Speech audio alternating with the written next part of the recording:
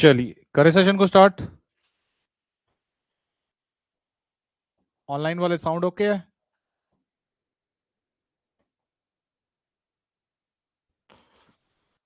चलिए, क्या पढ़ रहे थे?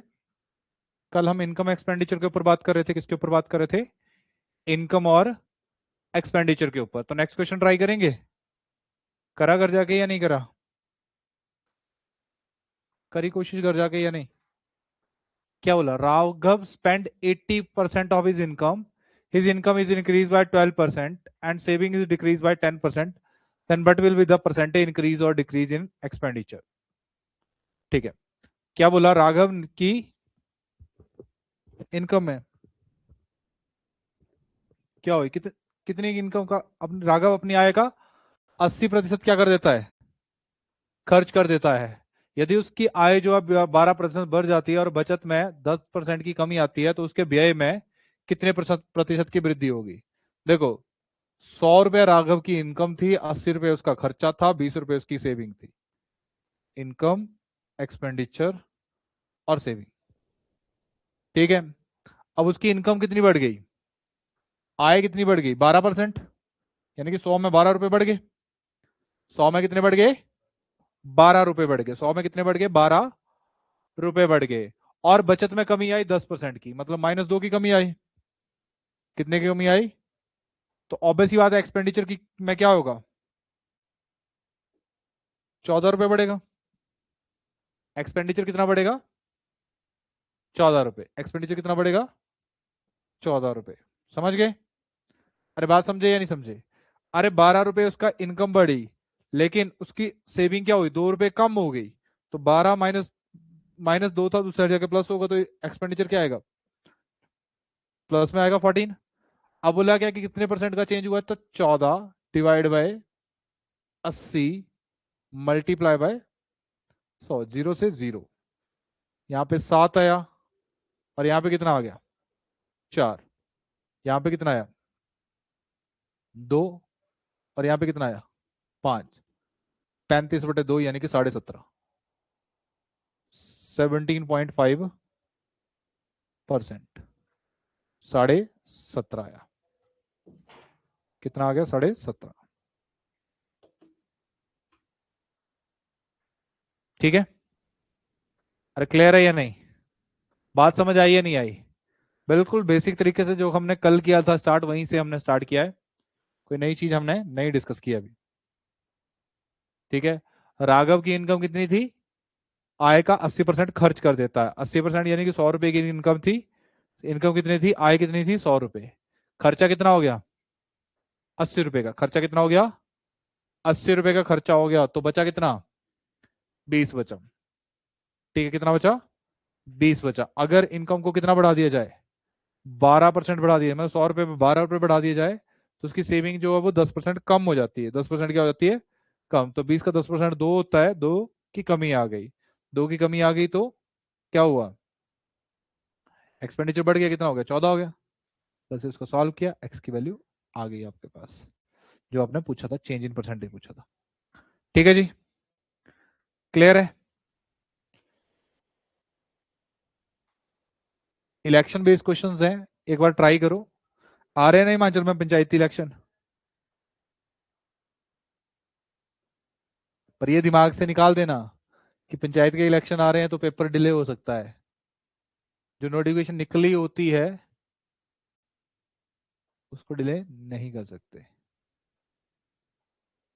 नई नोटिफिकेशन नहीं निकलती उस टाइम, लेकिन वो भी अप्रूवल अगर मिल जाए कमीशन का तो आपको कोई दिक्कत नहीं होती। इलेक्शन कमीशन का कोई रोल नहीं होता। तो समझो क्या बोला यहाँ पे, इलेक्शन का है, दो उम्मीदवारों के बीच में कॉलेज का चुनाव हुआ, 20% वोट अवैध हैं। ठीक है, कुल वैध वोटों में से 88% मिले। यदि कुल वोटों की संख्या 10,000 थी तो दूसरे उम्मीदवार को कितने वोट मिले? अब आपने देखा होगा इलेक्शन होते हैं, क्या होते हैं? जो पंचायत के इलेक्शन होते हैं उसमें क्या होता है? वोटर लिस्ट आती है, जैसे वोटर लिस्टें आ गई हैं गांव में, आ गई है ना? वोटर लिस्टें आ गई हैं, या फिर अभी बोला होगा कि जिनका वोटर लिस्ट में नाम नहीं है वो जाके आंगनवाड़ी या फिर अपनी पंचायत में बताएं, ताकि वोटर लिस्ट क्या हो जाए? अपडेट हो जाए। वोटर लिस्ट क्या हो जाए? अपडेट हो जाए। अब वोटर लिस्ट पूरी बन गई, क्या बन गई, पूरी की पूरी क्या बन गई आपके पास, वोटर लिस्ट बन गई। अब आपके पास पूरी वोटर लिस्ट बन गई, आपके पास क्या बन गई, एक वोटर लिस्ट बन गई। अब वोटर लिस्ट बन गई तो वो वोटर लिस्ट जैसे आपके गांव के 500 वोट है, 1000 वोट है, 1200 वोट है, तो गांव की एक, पूरे गांव की क्या होती है, एक वोटर लिस्ट होती है। क्या होती है, वोटर लिस्ट होती है, वो जो उसको बोलते हैं हम टोटल नंबर ऑफ वोटर्स। जैसे यहाँ लिखा हुआ है ना, कुल वोटरों की संख्या, वो होते हैं टोटल नंबर ऑफ वोटर्स। ठीक है। अब उसमें क्या होता है, उसमें क्या होता है, कई दूर जॉब करने बैठे हुए हैं, ठीक है, मान लो फॉरेन कंट्री बैठे हो, तो वोट डालने थोड़ी आएंगे वो इंडिया, आएंगे, नहीं आएंगे ना। कुछ ऐसे ही जैसे लोकल बैठे होते हैं कि यार क्या ही करते हैं या कुछ नहीं करते, क्या वोट देना। ठीक है, तो वोट नहीं देते हैं, क्या नहीं देते हैं, वोट नहीं देते हैं। अब वोट नहीं देते हैं तो क्या हो गए वो, did not cast their vote, vote ही नहीं डाला, उनको क्या बोलते हैं हम, इंग्लिश में क्या बोलते हैं, did not cast their vote, यानी कि वोट ही नहीं डाला। अब वोट ही नहीं डाला, क्या नहीं किया, वोट ही नहीं दिया। ठीक है, अरे बात समझ आई या नहीं आई। अब ये तो हो गया। अब गांव में उसके बाद आता है आपको बेल्ट पेपर मिलता है, क्या मिलता है, गांव में तो ईवीएम्स नहीं होती ना अभी पंचायत के इलेक्शंस में, ऐसे करके बेल्ट पेपर होता है। क्या होता है, जब पंचायत के इलेक्शन होते हैं तो बेल्ट पेपर मिलता है। अब बेल्ट पेपर में क्या होता है बेटा, यहाँ पे नेम लिखा होता है और यहाँ पे उसका चुनाव चिन्ह होता है, सिंबल होता है ना। अब उस पे क्या लगाते हैं, ठप्पा लगाते हैं, उस पे क्या लगाते हैं, एक मोर देन लगाने को देते हैं, ठप्पा लगाते हैं। और जो आपके पास जो वोट लेने वाले आए होते हैं, तो वो क्या करते हैं, फोल्ड करके देते हैं कि ऐसे ही वापस फोल्ड करना है, वोट लगा के ऐसे ही फोल्ड करना है जैसे हमने दिया हुआ है। ठीक है। अब वैसे फोल्ड करने के लिए क्यों देते हैं वो, कोई आइडिया, वैसे फोल्ड करने के लिए क्यों देते हैं, वो इसलिए देते हैं ताकि अगर वो स्टैंप लगाई है, अगर ज्यादा इंक लगी हुई है, तो वो जाके नेम पे चिपके, जाके किस पे लगे, नेम पे। जैसे यहां से ऐसे करके इसको ऐसे करके फोल्ड करेंगे कि ताकि यहां जो स्टैंप लगाई वो हल्की फुल्की कहां लग जाए, उसके नाम पे लगे। लेकिन कई बार क्या, गलती से आप ऐसे फोल्ड कर दोगे, अब जैसे फोल्ड कर दोगे तो ये यहां पे चिपक जाएगी। अब इसको बोलते हैं इनवैलिड वोट, इसको क्या बोलते हैं, इनवैलिड वोट, वोट खराब हो गया, क्योंकि दो जगह स्टैंप लगी है तो दोनों के नाम पे आया, तो वो वोट क्या हो गया, खराब हो गया। दूसरी चीज क्या होती है, इसमें भी एक और चीज होती है, एक सिनेरियो नया और क्या होता है, कि कई जो गांव में बुजुर्ग हैं, तो किसी को भी जो है वो नाखुश नहीं करना चाहती, तो दादियां क्या करती हैं, ये ले ये ले ये ले ये ले, सबको क्या कर दिया, कि मैंने तो जी सबको वोट दिया है, मैंने क्या दिया है, सबको वोट दिया। अब जब सबको वोट दिया तो मतलब क्या हो गया, वो इनवैलिड वोट हो गया, क्या हो गया, मतलब वोट क्या हो गया, खराब हो गया। खराब हो गया तो उसको बोलते हैं अवैध वोट, कि इनवैलिड अवैध वोट होता है। ठीक है। अब उसके बाद ये जो नई वोट डालने वाले हैं वो निकल गए, फिर उसके बाद जो अवैध वोट है वो भी निकल गए, तो उसके बाद बच गए वोट, जो बच गए वोट उनको क्या बोलते हैं, वैलिड वोट, वैध वोट। ठीक है, वैलिड वोट, वैध वोट। अब वैध वोटों में से ही जो विनर है और लूजर है, हार जीत वाला चूज किया जाता है, हार चीज वाला क्या किया जाता है, चूज किया जाता है। तो इसने यही बोला कि टोटल वोट थे 10,000, टोटल वोट कितने थे, 10,000। ठीक है, टोटल वोट कितने थे, 10,000 थे। अब इन 10,000 वोटों में से क्या हुआ, 20% खराब हो गए, यानी कि इन 10,000 का कितना बचा, 80% बचा, इन 10,000 का कितना बचा, 80% बचा। अब ये जो 80% बचा, तो ये बन गया आपके पास वैध वोट, ये क्या बन गए, वैध वोट बन गए, वैलिड वोट बन गए, ये क्या बन गए, वैलिड वोट बन गए। ठीक है। अब ये जो वैलिड वोट बन गए, इसमें से 88% किसको मिले, एक को कुल वैध वोटों का 88% मिला, तो वो ऑब्वियस बात है वो जीतने वाला है। वो कौन है, जीतने वाला। तो बोला अनदर, दूसरे कैंडिडेट को कितने मिले, 100% ही बने अपने आप में, 88 उसको मिल गए, तो इसको कितने मिले, 12%। कितने परसेंट, 12%। तो इस पूरे वैध वोटों का 12% दूसरे बंदे को मिला। अरे मिला या नहीं, बस अब सॉल्व कर दो, 2 जीरो से 2 जीरो कट गई, इन 2 जीरो से ये 2 जीरो कट गई, 12 × 8 = 96, 960 वोट। कितने वोट मिले, 960 वोट मिले। कितने वोट मिले, दूसरे कैंडिडेट को कितने वोट मिले, 960, जो कि ऑप्शन में नहीं है इसलिए नन ऑफ दी। समझ गए? अरे बात समझे या नहीं समझे? प्रॉपर सिनेरियो समझाया, एक बार नोट करो, नहीं समझ आया तो बताओ।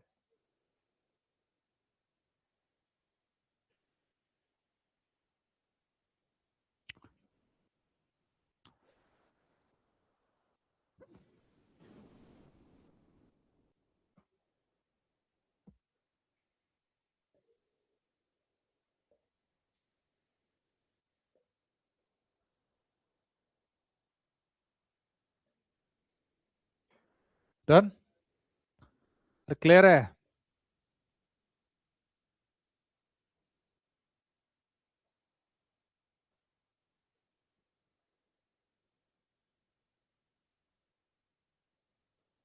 कर लिया नोट? अगला करके बताइए, जल्दी करके बताना प्लीज, जल्दी।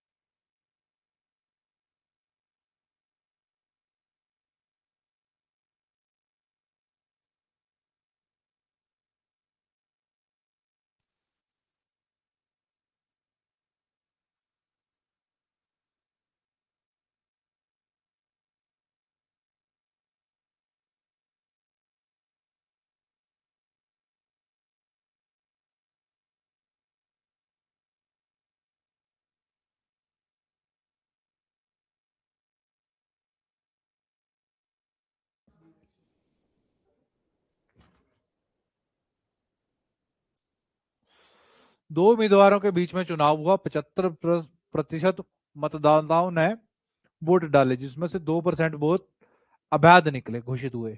एक उम्मीदवार को 9261 वोट मिले, जो वैध वोटों का 75% था। तो चुनाव में नामांकित मतदाताओं की कुल संख्या कितनी थी? तो कैसे करेंगे बताओ? हाँ जी। अरे कैसे अटेम्प्ट करेंगे, कैसे स्टार्ट करेंगे? कुल मतदाताओं की संख्या थी कितनी? अरे कितनी थी जो नहीं पता वो एक्स। अब इसमें से कितने परसेंट वोट खराब हो गए? 25% वोट लोगों ने वोट दिया है, सॉरी 75% लोगों ने वोट दिया है। 75 डिवाइड बाय 100, इतने लोगों ने क्या किया, वोट डाला। इसमें से 2% खराब हो गए, तो सही कितने रहे? इसका 98%। और एक कैंडिडेट है जिसको इतने वोट मिले, जो कि इन सभी वोटों का कितना था, 75% था। 75/100 किसके बराबर? 9216 के बराबर। सॉरी 61926 के बराबर। अब बस सॉल्व कर दो, अब इसके आगे तो आपने सॉल्व करना है, कैलकुलेशन करनी है। इतना तो क्वेश्चन था। कटिंग की तो 25 थी या 75? 25 चौका 100। 25 थी या 75? 25 चौका 100। 98। दो के टेबल में कटिंग हुई तो यहाँ पे कितना आ गया? 49। कितना आ गया? और यहाँ पे कितना आ गया? 2। तो एक्स की वैल्यू कितनी आ गई? 9261 मल्टीप्लाई बाय 4 दूने 800। 800 आ गया, डिवाइड बाय 3 मल्टीप्लाई बाय 49।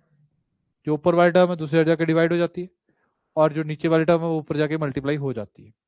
देखो, 3 3 9, 3 3 जा 9, 9 1 जा 9, 0, 2 नहीं करता 26 बना, 9 दूने 18, 8 26 9 9 81। 7 के टेबल में कटिंग हुई 7, 7 एकम 7, 3 10 32 बना, 7 चौके 28, 7 7 जा 49। 7 के टेबल में फिर कटिंग हुई, कितना है? 21। यानी कि एक्स आ गया 21। 21 मल्टीप्लाई बाय 800, 8 दूने 16, 168। दे दो आंसर ऑनलाइन वाले भी। ठीक है जी।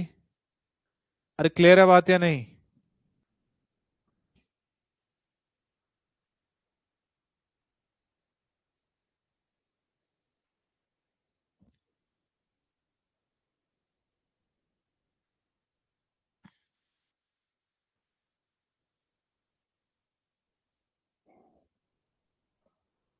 कैलकुलेशन खुद करा करो, और करा करो कैलकुलेशन, नहीं करके फायदा नहीं होगा।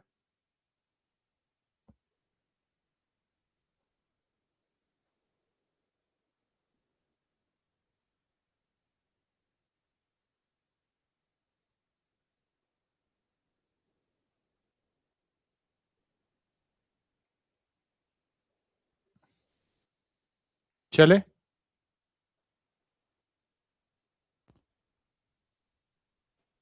करिए जल्दी।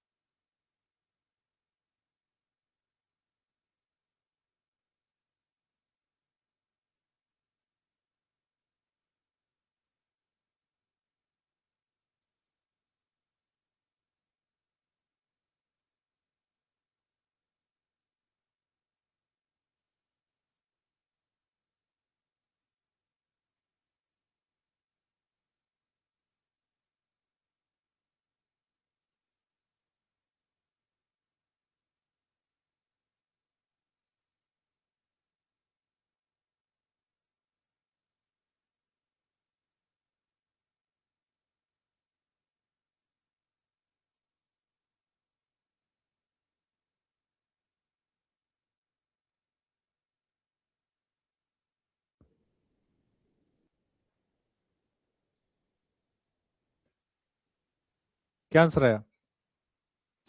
There are two candidates on election day. One got 41% of the total votes and lost by 51680. Find the total votes. एक चुनाव में दो में उम्मीदवार थे, एक को कुल वोटों का 41% मिला और वह वो 558 वोटों से हार गया। तो कुल वोट ज्ञात कीजिए, मतलब एक को कितने मिले 59% और एक को कितने मिले 41%। कोई वोट खराब नहीं हुआ था, कहीं लिखा है? क्लियर है? तो अगर देखा जाए तो कितने वोटों से हार जीत हुई? कितने वोटों से हार जीत हुई? 18% से हार जीत हुई। वो जो 18% था वो किसके बराबर था? ठीक है, तो 1% कितना आया? 1% कितना आया? 5,5,8,0 डिवाइड बाय 18। 18 × 3 = 54, एक बचा 18 × 18। ठीक है, तो 100% किसके बराबर होंगे? 31,000 के बराबर होंगे। ऑनलाइन वाले सो गए हैं? उठ जाओ, देर के बीर देश के बीर बीर सपूतो।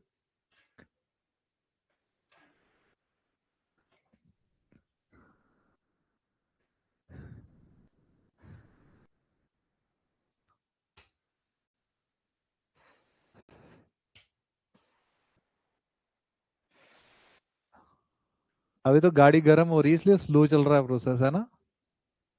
है, चल रहा है ना स्लो। जिस दिन हाईवे पे चढ़ गई तब मत बोलना टोल से पहले रुकेगी।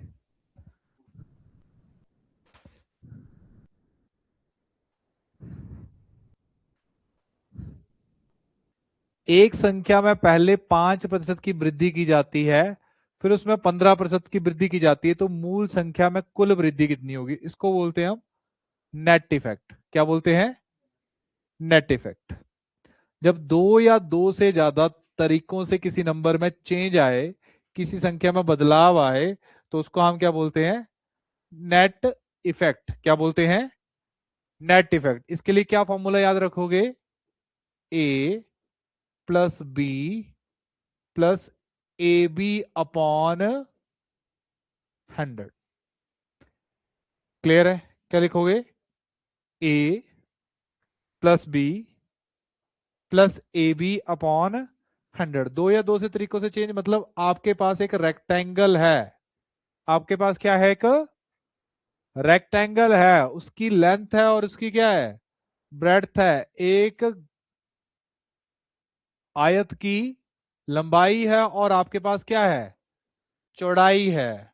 अगर मैं लंबाई को 10% बढ़ा दूं, अगर लंबाई को कितना बढ़ा दूं और चौड़ाई को 5% कम कर दूं, कितने का प्रतिशत कम कर दूं? 5% तक का क्या कर दूं? कम कर दूं। तो इसके एरिया में क्या चेंज आएगा? इसके क्षेत्रफल में क्या बदलाव आएगा? तो क्या करते हैं हम? नेट इफेक्ट लगाते हैं। ए की जगह क्या आ गया? 10। ए की जगह कितना आ गया बच्चे? 10 प्लस बी की जगह कितना आ गया? बी तो माइनस है तो -5 plus 10 multiply by -5 divide by 100। तो 10 में से 5 गया 5 माइनस 50/100 यानी कि 0.5। 50/100 यानी कि 0.5। तो 5 में से 0.5 गया तो कितना आया? अब ये जो 4.5 आया, जमा का आया या माइनस का? प्लस का आया ना? ये क्या आया? प्लस का। मतलब क्षेत्रफल में इतने परसेंट का क्या हो गया? अगर ये माइनस आता तो डिक्रीज आता। समझ गए? अरे बात समझे या नहीं समझे? तो नेट इफेक्ट का फॉर्मूला क्या है? A plus B plus A B upon 100। अगर तीन टाइप का चेंज आ जाए, अगर तीन टाइप का चेंज आ जाएगा तो क्या आएगा? A plus B plus C plus A B upon A B plus B C plus C A upon 100 plus A B C upon 10,000। Clear है? ये तो है फॉर्मूला बेस। ये तो है किसके बेस पे? फॉर्मूला बेस पे। लेकिन कई बार हमें जो है वो रेशो भी यूज करनी पड़ती है। क्या यूज करनी पड़ती है? रेशो। क्यों यूज करनी पड़ती है? जल्दी से नोट करो फिर बताता हूं रेशो की जरूरत क्यों पड़ती है। अगर आपको चेंज जो है वो फ्रैक्शन में दे दिया, चेंज आपको किस में दे दिया? फ्रैक्शन में दे दिया। जैसे मान लो मेरे पास एक रेक्टेंगल है, मेरे पास क्या है? रेक्टेंगल है। इसकी लेंथ को बढ़ा दिया कितना? 8.33%। कितना बढ़ा दिया? और इसकी जो ब्रेड्थ है उसको बढ़ा दिया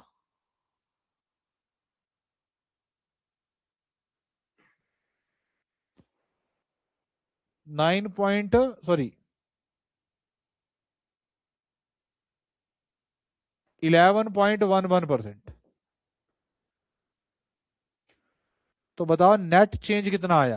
तो अब आपका फॉर्मूला फेल हो गया। फॉर्मूला क्या हो गया? फेल हो गया। तो फिर क्या करोगे? अब आपको पता होना चाहिए कि 8.33% की फ्रैक्शनल वैल्यू कितनी है? 1/12 है। कितनी है? 1/12 है। मतलब जो आपकी लेंथ है वो 12 से कितनी हो गई?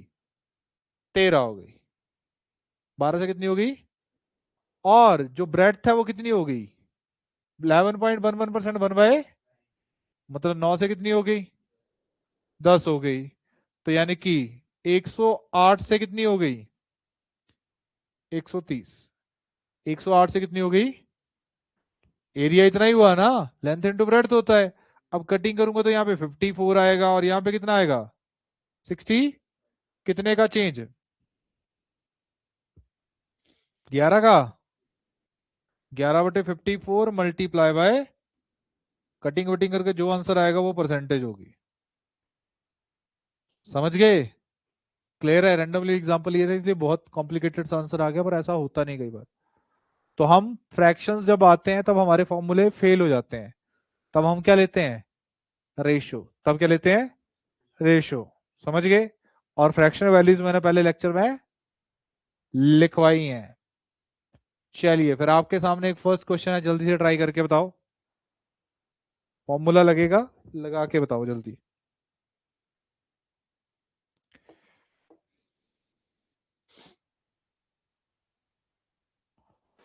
क्या बोला? एक नंबर को पहले इंक्रीज किया 5%, फिर उसके बाद फिर से इंक्रीज किया 15%। तो 5 + 15 + 15 × 5 = 75 डिवाइड बाय 100। तो 15 और 5 20 प्लस 0.75, तो कितना आ गया? कितना है आंसर?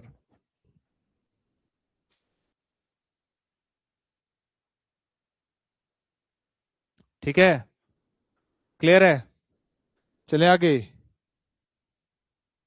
एसी का प्राइस पहले 16% इंक्रीज हुआ, फिर 22% डिक्रीज हुआ, तो बोला चेंज इन परसेंटेज कितना आया? जल्दी बताओ।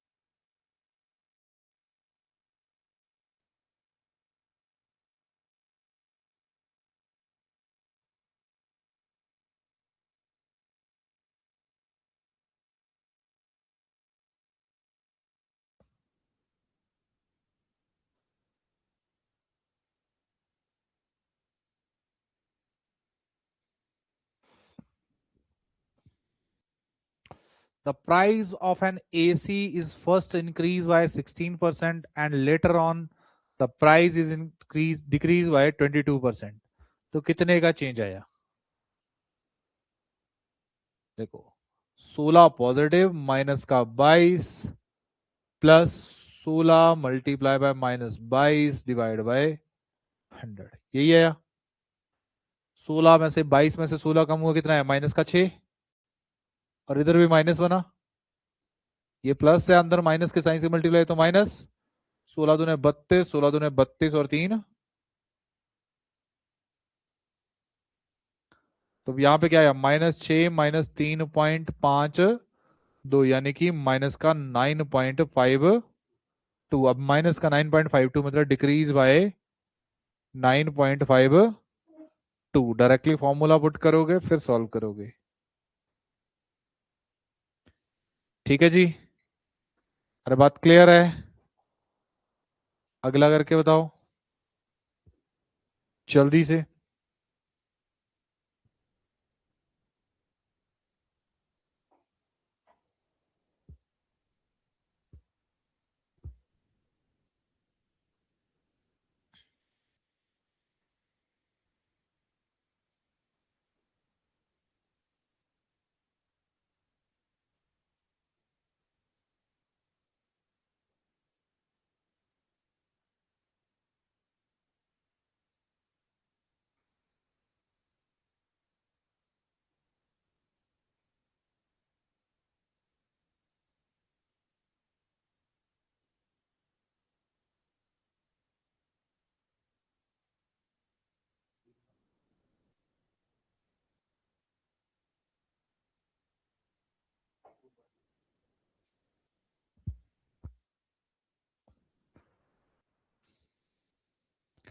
कैसे करोगे बताओ?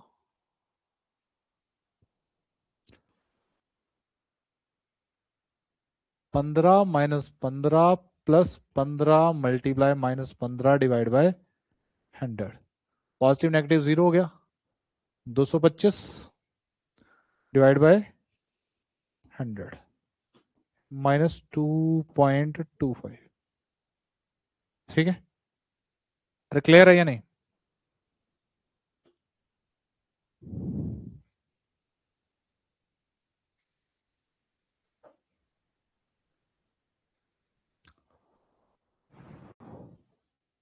Find the volume of the cone, sorry, what is the change in the volume of the cone, कोण के आयतन में कितने का बदलाव आए यदि उसकी हाइट को, यदि उसकी हाइट को 20% कम कर दिया जाए और उसके रेडियस को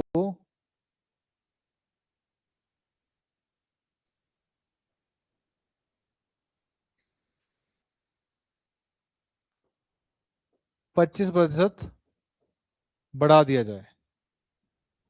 एक कोण है, एक क्या है आपके पास, कोण है, उसके आयतन में क्या बदलाव आएगा, उसके आयतन में क्या बदलाव आएगा अगर उसकी हाइट को 20% कम कर दिया जाए और रेडियस को 25% बढ़ा दिया जाए। रेडियस को कितना बढ़ा दिया जाए, 25% बढ़ा दिया जाए, तो उसके आयतन में क्या बदलाव आएगा। कोण का आयतन क्या होता है, वॉल्यूम होता है, आयतन क्या होता है, बड़ा अंग्रेज है।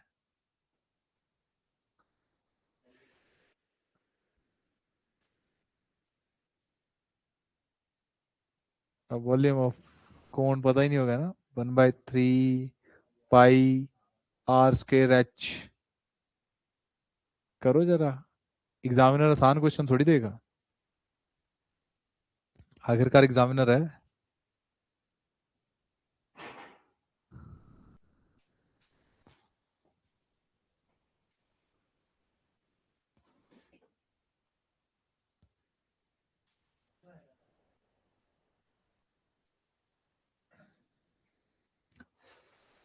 आ भी सकता है, नहीं भी आ सकता है। इतना का है, इतनी हेल्प कर देता हूँ कि क्वेश्चन किसका है, नेट इफेक्ट का है, तभी मैंने क्वेश्चन लिखवाया, ऐसे तो मैं नई चीज थोड़ी लिखवाऊंगा तुम्हें। तब लगाओ दिमाग, क्या नेट इफेक्ट लगाओगे। मैंने सिर्फ वॉल्यूम नहीं पूछी है कौन की, मैंने उसमें बदलाव पूछा है, लगाओ दिमाग।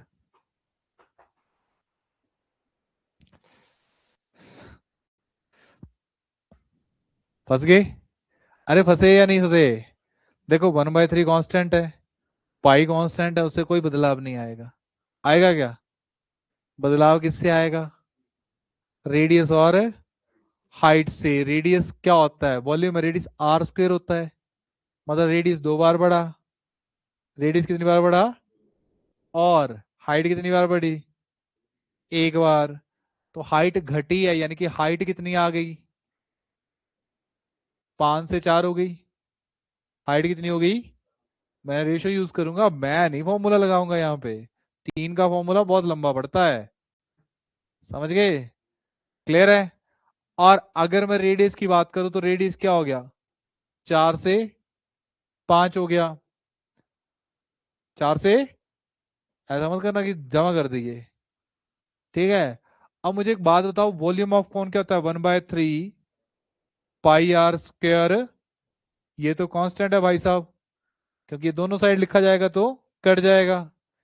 आर स्क्वेयर एच, 4 का स्क्वायर 16, 4 का स्क्वायर 16 पंजे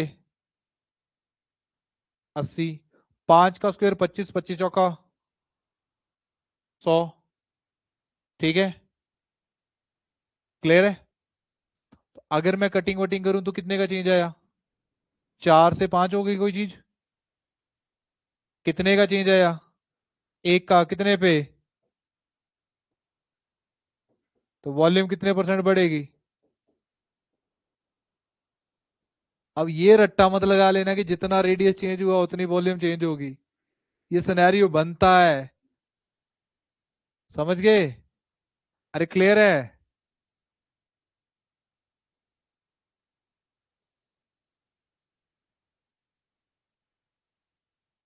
समझे या नहीं समझे, ठीक है, क्लियर है। तो ऐसे क्वेश्चन दे दे तो नेट इफेक्ट से ही होते हैं, जो कांस्टेंट चीज होते हैं उनको निकाल देते हैं, क्योंकि पाई वही रहेगा, 1/3 वही रहेगा, कोई चेंज नहीं होगा। चेंज किसमें है, रेडियस और हाइट में।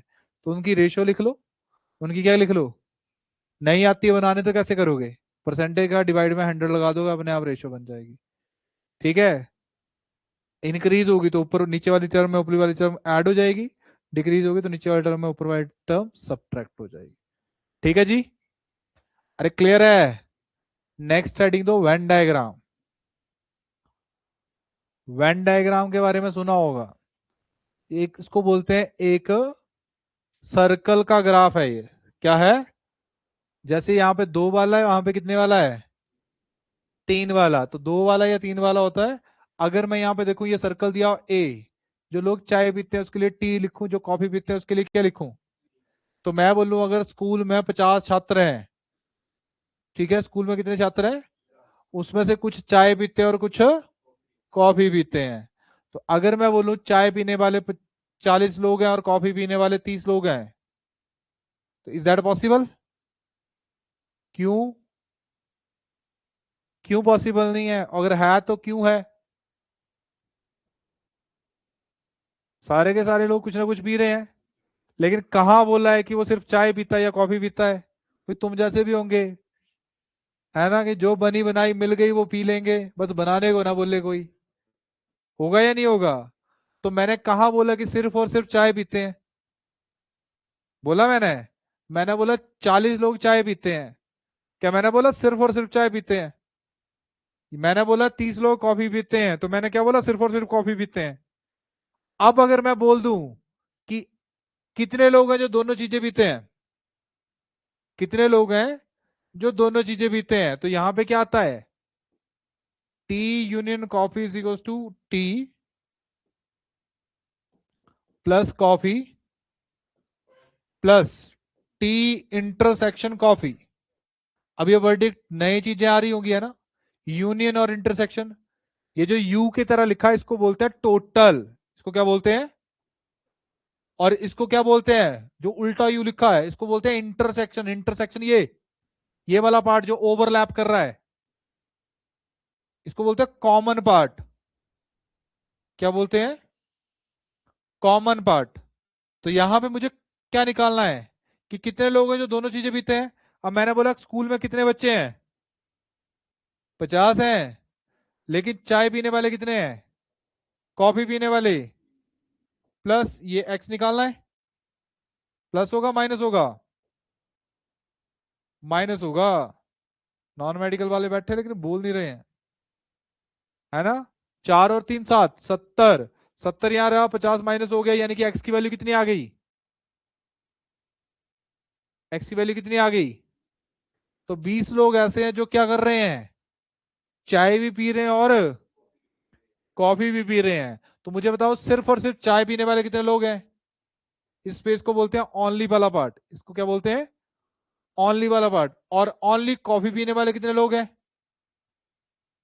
10। क्लियर है? अरे बात समझ आई? इसी तरह 3 के स्ट्रक्चर में, इसी तरह 3 के स्ट्रक्चर में मैं नंबरिंग लिखता हूं। यहां पे लिखा 1, यहां पे लिखा, सॉरी, 2, 3, 4, 5, 6 और 7। नंबरिंग दिख रही है? अगर मैं बोलूं कि सिर्फ और सिर्फ ए, सिर्फ और सिर्फ ए किसके लिए क्या यूज हो रहा है? 1। ओनली ए के लिए क्या यूज हो रहा है? ओनली बी के लिए क्या यूज हो रहा है? 2। ओनली सी के लिए क्या यूज हो रहा है? 3। और सबके लिए 4।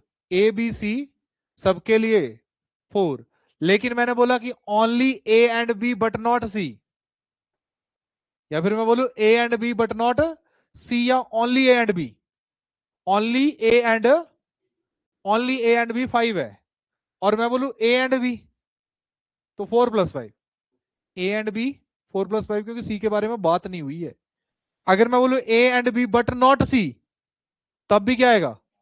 5 आएगा। वैसे ही B and C but not A, उसके लिए 6 आएगा। A and C but not B, उसके लिए क्या आएगा? 7। क्लियर है? बस इतना ज्यादा 3 का केस आपसे पूछा नहीं जाएगा। आपसे क्या पूछा जाएगा? 2 का केस ही पूछा जाएगा। ठीक है, तो एक क्वेश्चन कर लो जो बेसिक सा क्वेश्चन है, जल्दी ट्राई करके बताओ मुझे आंसर। ना है अब कर सकते हो।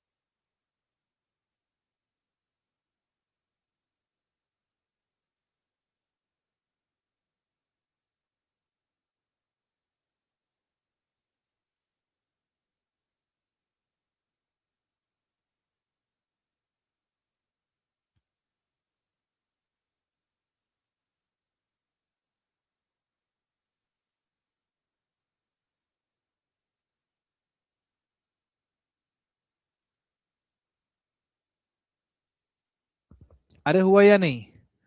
There were 800 students in a school, each offer either English or Hindi और बोथ। स्कूल में 800 छात्र थे, प्रत्येक छात्र को या तो अंग्रेजी या तो हिंदी या दोनों विषय पढ़ने को मिलता है, ठीक है। यदि 79% छात्र अंग्रेजी और 41% छात्र हिंदी विषय पढ़ते हैं, ठीक है, तो बताओ कितने छात्रों को, दोनों विषय पढ़ने पड़ते हैं? देखो, अब मेरे पास क्या है, ये स्ट्रक्चर बना दूं मैं, ये बना दिया, अरे बना दिया या नहीं? ये क्या है, ओनली इंग्लिश वाले जो सिर्फ और सिर्फ इंग्लिश पढ़ रहे हैं, ये सिर्फ और सिर्फ हिंदी पढ़ रहे हैं। और ये जो पोर्शन है बीच वाला, ये कौन सा है, हिंदी और इंग्लिश बोथ वाला।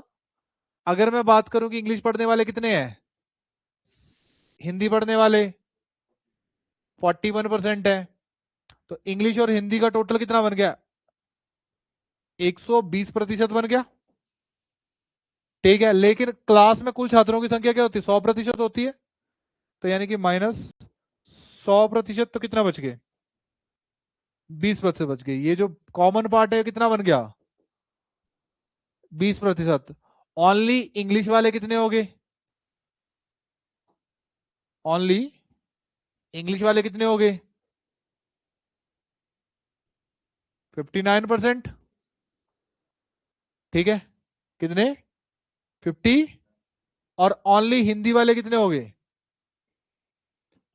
अब मेरे से कुछ भी पूछ ले, मेरे से पूछा कि दोनों विषय पढ़ने वाले, तो मुझे 20% निकालना है। किसका 20% निकालना है, 800 का। 800 का 20% होता है 800 इंटू 20/100।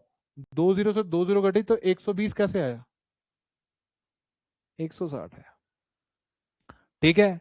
अगर पूछ लेता ओनली हिंदी इंग्लिश पढ़ने वाले कितने लोग हैं, तो क्या निकालते आप, 59%। ओनली हिंदी पढ़ने वाले कितने लोग हैं, 20। बात क्लियर है, बात क्लियर है या नहीं? तो इस तरह आपका बेसिक परसेंटेज क्या हो गया, खत्म हो गया। कल कौन सा चैप्टर पढ़ेंगे, एवरेज सिलेबस में नहीं है, सिलेबस देखा है, नहीं देखा है ना? एवरेज कराऊंगा, लास्ट में कराऊंगा अर्थमेटिक में, क्योंकि ज्यादा सिलेबस में है नहीं, बट पेपर में क्वेश्चंस आने के चांसेस हैं, ठीक है। तभी तो मैंने यूट्यूब पे भी कराया है, ठीक है। यूट्यूब की क्लासेस में मैंने एवरेज टॉपिक पढ़ाया है, यहाँ पे पढ़ाऊंगा, पर पहले हम पढ़ेंगे 3 से 4,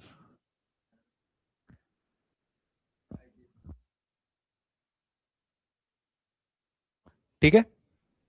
क्लियर है?